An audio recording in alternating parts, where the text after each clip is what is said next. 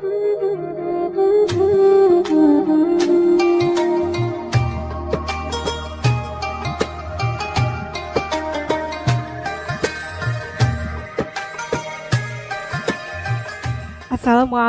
warahmatullahi wabarakatuh. Waalaikumsalam warahmatullahi wabarakatuh. Alhamdulillahirabbil alamin wa bihi nasta'in wa ala umurid dunya waddin. Asyhadu an la ilaha illallah wa asyhadu anna Muhammadan abduhu wa rasuluhu la nabiyya ba'dah. Saudara-saudara, para pemirsa, pencinta dan selalu setia bersama dakwah pencerahan channel.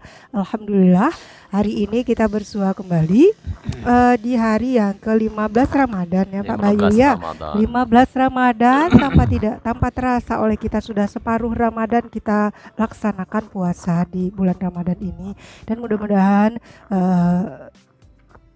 puasa yang telah kita laksanakan dan seluruh rangkaian ibadah-ibadah kita di bulan Ramadan ini diterima oleh Allah Subhanahu wa taala. Tapi tentu saja rangkaian puasa dan rangkaian ibadah yang sudah kita laksanakan tidak hanya sekedar ritual kewajiban sebagai sebuah kewajiban yang kita laksanakan, tapi adalah bagaimana untuk bisa membentuk diri kita menjadi muslim yang bertakwa, semakin bertakwa dan semakin baik kepribadian kita hendaknya setelah Ramadan ini. Itu harapan kita ya Pak Bayu ya. Benar sekali. Baik, pemirsa, di hari ini kita akan membahas tentang makanan Rasulullah ya Pak Bayu. Ya, makanan Rasulullah ya. Sallallahu Alaihi Wasallam. Makanan Rasulullah Sallallahu Alaihi Wasallam itu seperti apa ya pemirsa?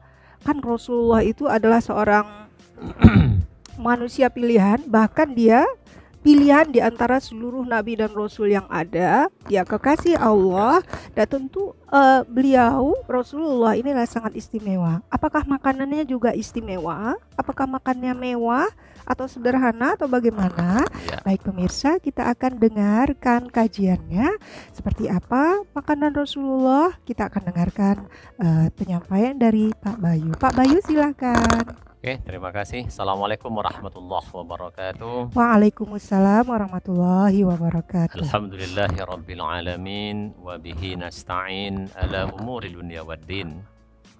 Asyhadu an la ilaha illallah wahdahu la syarika lah wa asyhadu anna Muhammadan abduhu wa rasuluhu la nabiyya ba'dah. Para pecinta dan sahabat dakwah pencerahan channel yang dirahmati Allah Subhanahu wa taala, bersyukur kita kepada Allah, hari ini kita sudah berada di hari yang ke-15 Ramadan 1442 Hijriah. Berarti kalau kita bisa menyelesaikan hari ini, sudah separuh jalan Ramadan, 15 hari sudah meninggalkan kita, insya Allah. Tinggal 15 hari ke depan kita berjumpa. Mudah-mudahan Allah senantiasa memberikan kekuatan kepada kita untuk bisa mengisi ibadah bulan Ramadan ini dengan ibadah-ibadah yang terbaik bagi kita, dan tujuan Allah mempardukan puasa Ramadan kepada kita betul-betul mampu kita wujudkan dengan membentuk pribadi yang atau insan-insan yang bertakwa itu. Kemudian bersalawat kita kepada Rasulullah Sallallahu Alaihi Wasallam dengan ucapan Allahumma sholli ala Muhammad wa ala ali Muhammad. Oke, pada hari ini kita coba bahas tentang makanan Rasulullah Sallallahu Alaihi Wasallam. Jadi memang ketika kita bicara makanan, ini kan juga menggiurkan kita juga ya. Karena sedang berpuasa kita bicara makanan. Tetapi kan tentu kita untuk mendapatkan informasi dari berbagai macam riwayat atau hadis, seperti apa sebenarnya Rasulullah itu, atau makanan-makanan yang dimakan oleh Rasulullah, dan apakah makanannya itu tadi mewah atau istimewa, atau ya seperti apa, ini yang akan coba kita utarakan, kita uraikan sedikit demi sedikit. Baik, Rasulullah SAW beliau sebagai uswah bagi kita, maka tentu ketika kita bicara makanan Rasulullah, mudah-mudahan juga bisa kita menjadikan sebagai patokan kita ketika kita juga makan keseharian. Ya. Rasulullah SAW dalam sebuah riwayat dikatakan oleh Anas bin Malik mengungkapkan kepada kita bahwa kata Anas, Rasulullah SAW tidak pernah makan siang dan malam dengan daging beserta roti kecuali bila menjamu para tamu. Nah, jadi Rasul ya dalam hadis riwayat At-Tirmizi ini kata Anas bin Malik nggak pernah makan siang dan makan malam itu sekaligus ya, yang 2 kali makan dengan memakan daging beserta roti. Ya, jadi berarti kalau kita coba lihat hadis ini, Rasul mungkin hanya sekali dalam sehari bisa makan daging beserta roti. Ya, siang dia makan itu, malam tidak makan itu lagi. Ya, kan seperti itu maknanya. Kecuali ada tamu yang dijamu, maka memang kita kan disuruh oleh Allah Rasulullah untuk memuliakan tamu. Maka ketika memuliakan tamu, memang Rasul menyuguhkan makanan-makanan yang istimewa untuk para tamunya. Kemudian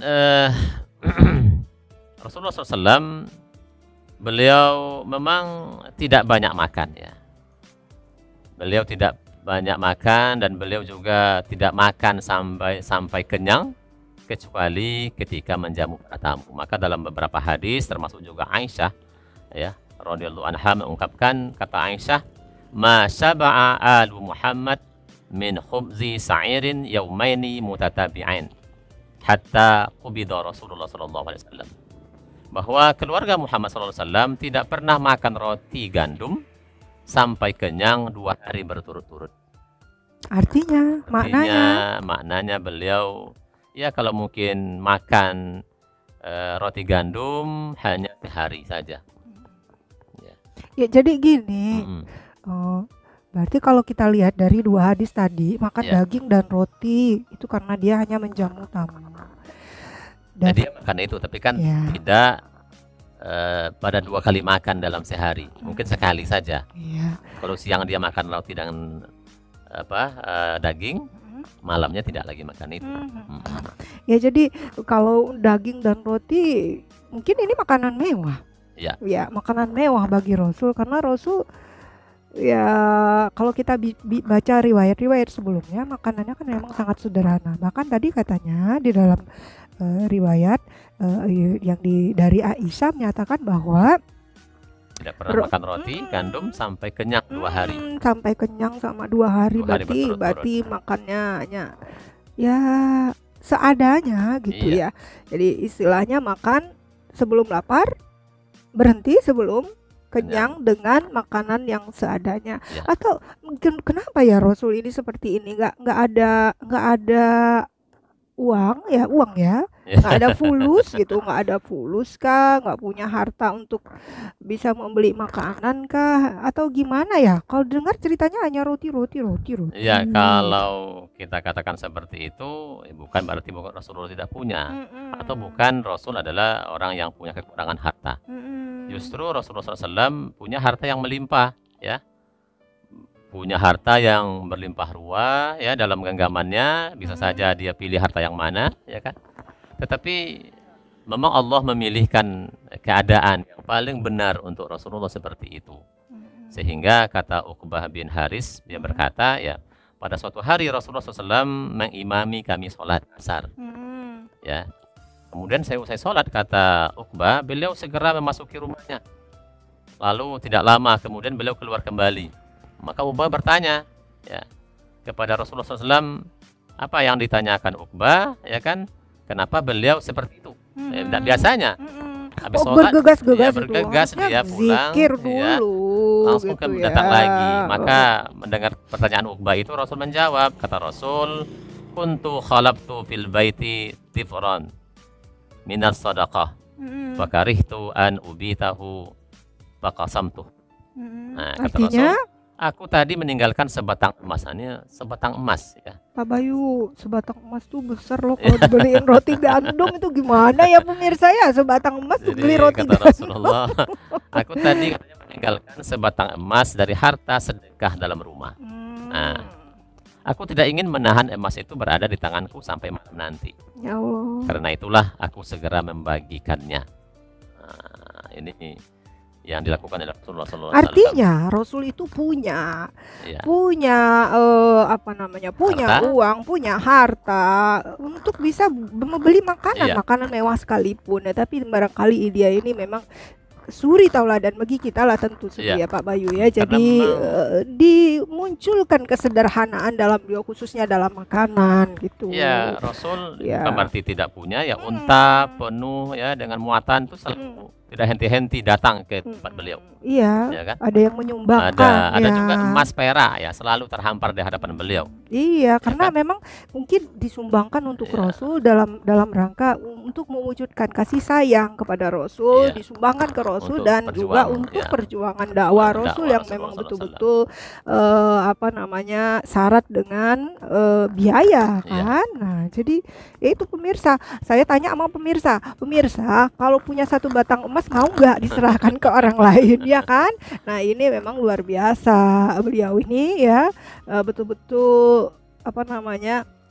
mencontohkan sodakoh ya, Ya, dermawan, sodakoh. dia sangat dermawan sekali. Ya, Menanjurkan, kedermawanan. ya, Oke, menanjurkan. oke, Maka oke. dalam sebuah hadis dari Anas bin Malik ini beliau ungkapkan kan, setiap kali Rasulullah SAW diminta sesuatu karena Islam, beliau pasti memberinya. Wah. Jadi pernah seorang laki-laki, kata Anas bin Malik, datang menemui Rasulullah SAW, lantas beliau memberinya seekor kambing yang digembala di antara dua gunung. Ya, artinya kambing yang Diberi gemuk. kambing ya? Ya, kambing yang Oh. gemuk. Kemudian laki itu kembali menemui Kambing. kaumnya, ya, karena dia diberi kambing. Lalu dia datang ke kaumnya, ke kelompoknya. Dia katakan, wahai kaumku, masuklah kamu ke dalam Islam. Ya, karena kata dia, sesungguhnya Muhammad itu selalu memenuhi segala permintaan, seakan-akan ia tidak takut jatuh miskin. Jadi apapun yang diminta oleh seseorang, Dia yang jelas berikan. dia Muslim, ya diberikan oleh Rasul. Nah, Diberikan. jadi coba seekor kambing pemirsa sekian harganya, sekian juta. Sekarang berapa juta Pak Bayu? Ya, Kalau kalau kita nominalkan dengan uang kita 2 gimana? jutaan lah minimal 2 kan. jutaan. Kalau 2 jutaan beli roti gandum kan banyak ya pemirsa. Sebab begini Pak Bayu, saya mendengar hadis Rasul itu mengatakan bahwa ketika Rasulullah bertanya kepada Aisyah radhiyallahu anha, "Ya Aisyah, adakah makanan hari ini?" Ya. "Tidak ada ya Rasul." "Baiklah kalau begitu aku akan berpuasa." Nah, Iya. itu kok bilangnya berpuasa, kalau Pak Bayu mau nggak berpuasa? Pasti mau beli makanan kan? Beli makanan apa? Jadi begitulah ya, bukan tidak punya uang, bukan tidak punya harta, tapi memang kesederhanaannya dalam ya, dalam makan. makan. Kemudian ya Rasulullah memang dalam juga hadis dari Anas bin Malik menuturkan kepada kita bahwa Rasulullah SAW tidak pernah makan hidangan di meja makan. Nah, jadi beliau tidak pakai meja makan ini. Wah, ini perlu juga menjadi pelajaran kita ini. Makannya di mana ya? Di mana makannya kalau nggak di Ya kan? meja Jadi makan? Rasul katanya tidak pernah makan hidangan di meja makan hingga beliau wafat. Ya. Beliau juga tidak pernah makan roti yang terbuat dari gandum halus hingga beliau wafat. Jadi Nah, gandumnya tidak gandum pernah kasar, makan di hidangan, di di meja meja makan, hidangan, di meja makan, dan juga rotinya roti yang gandum kasar, yang kasar. ya, bukan yang halus. Oh, jadi mungkin levelnya ada dua, gandum yang kasar, gandum yang halus. Halus. Gandum yang halus kali lebih mahal ya harganya, Iya, levelnya lebih iya. bagus ya. Jadi yang sederhana, yang kasar Sederhana. aja yang beliau makan. Ya Allah, kenapa ya nggak mau di meja makan ya? Kenapa ya? Ya, mungkin kalau kita di meja makan itu kan duduknya kan tentu berjuntai kaki ya. Ya, kalau kita sudah bahas pada sebelumnya, Ya adab makan ada makan Rasulullah. Rasulullah kan, Rasul itu kan duduk sambil mengangkat kakinya satu juga. Ada duduk Atau tawarruk, tawarruk, ada ya. duduk mut'in. Ini kan dengan bertumpu pada paha dan Iya, apa. Itu iya, kan bisa iya. di meja makan kan seperti itu. Ya, jadi ini juga. Maka ya hidangan-hidangan seperti itu ini kan mencerminkan bagaimana akhlak beliau yang sangat luhur, ya kan? Yang sangat agung. Ya, beliau tidak mau bermewah-mewahan, perlu kesederhanaan untuk memberikan contoh kepada kita. Begitulah hidup sebenarnya. Ya kan? Ya. Ya, memang kita ini kan kadang-kadang, apalagi dalam bulan puasa ini, semestinya puasa ini kan Makanan perbukaannya uang aja. jajan kita ini harusnya kan bisa ditabung nih. Iya, Mestinya berkurang seperti kan berkurang. mestinya. Tapi nyatanya tidak. ya. Iya, Pak Bayu Nyatanya coba tidak. buka makanan berbuka takjilnya. Iya. Kolaknya, minuman jusnya, nanti apalagi rotinya, terus makanannya, sambalnya nanti habis sholat maghrib, kerupuknya segala dan itu Pak Bayu biasanya itu setiap harinya ada harus berubah-berubah gitu. Kok Iya. ini lagi, kok ini Maka lagi, buat aduh. daftarnya itu. Dibuat daftarnya hari pertama es cendol. Hari kedua begini. Biar nggak bingung Biar ya. nggak bingung. Ah, ya Ya. Allah. Ya itulah kesederhanaan Rasulullah SAW. Heeh. Kemudian yang perlu juga kita pahami, yang kita juga perlu teladani, bahwa Rasulullah itu ya tidak akan pernah menolak makanan. Ya, tidak akan pernah mencela makanan. Ya, apapun yang diberikan orang kepada beliau, apapun yang dimasak, beliau tidak menolak, beliau tidak mencelanya. Ini kan ada hadis dari Abu Hurairah yang berkata, ma'aba Rasulullah SAW ta'aman qat in istahahu akalah wa in karihah tarakah. Rasulullah SAW sama sekali tidak pernah mencela makanan. Beliau akan memakannya bila suka, namun namun bila tidak, beliau akan membiarkannya. Nah, jadi ini udah katakan, oh ini tidak enak nih. Ya, tidak seperti itu. Memang kalau dia suka dia makan. Tapi kalau tidak suka ya dibiarkan saja. Nggak ada komentar. Tidak ada lah ya. komentar apa-apa. Jadi kan kita kan gini ya. Padahal kadang Ya. makanan itu tidak bermaksud untuk dicela. Ya. Makanannya kok apa ya? Gak rasa garam ya, gimana sih kok kurang rasa garam gimana ya? Tapi sebenarnya enak ya ini kurang. Nah, jadi bukan maksudnya untuk mencela, hanya untuk memberikan komentar. Kadang ya bersifat koreksi lah sifatnya, itu juga tidak demikian Rasul ya. Iya, jadi Nah, Rasulullah betul-betul diam saja. Diam saja, ya kan? Diam Artinya, saja.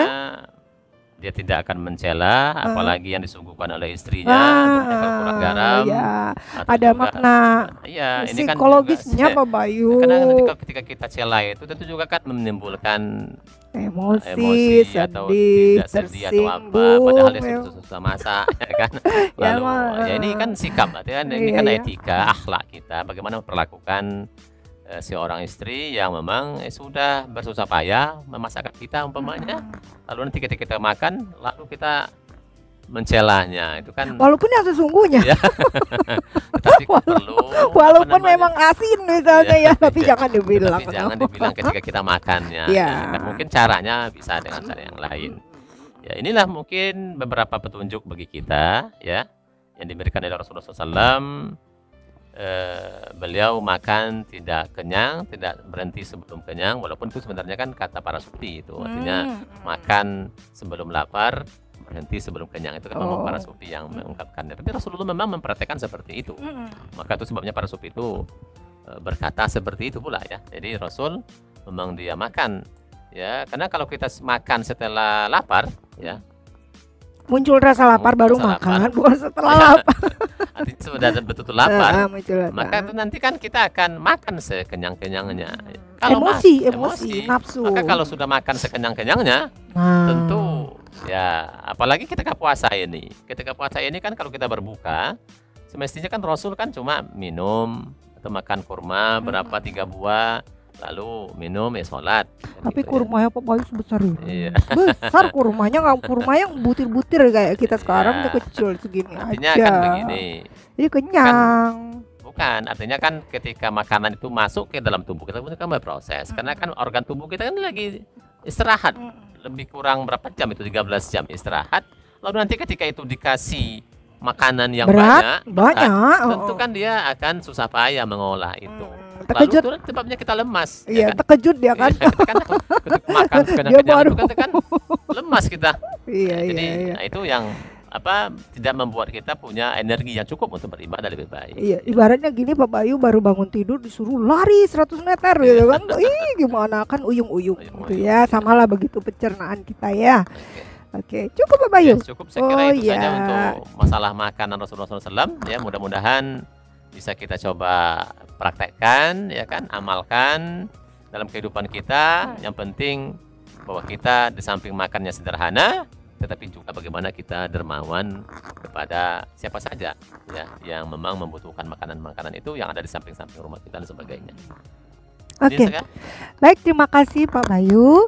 Pemirsa dakwah pencerahan channel, demikian tadi sudah disampaikan oleh Pak Bayu bahwa makanan Rasulullah itu sangat sederhana.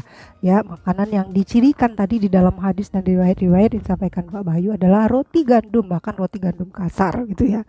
Jarang sekali untuk dengan daging, dan bahkan Rasulullah tidak makan sampai kenyang. Jadi artinya sangat sederhana untuk bisa makanan masuk ke dalam perutnya adalah tujuannya agar ada makanan yang diproses oleh lambung atau pencernaan.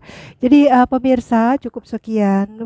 Mungkin inilah acuan bagi kita khususnya dalam hal makanan yang sudah dicontohkan oleh Rasulullah. Mudah-mudahan ini bermanfaat dan menjadi pengetahuan, penambahan pengetahuan bagi kita ya. Dan harapannya kita ke depan menjadi lebih sederhana dalam menikmati makanan yang ada. Terima kasih atas segala perhatian kita semua. Jumpa lagi esok. Billahi taufiq wal hidayah. Wassalamualaikum warahmatullahi wabarakatuh.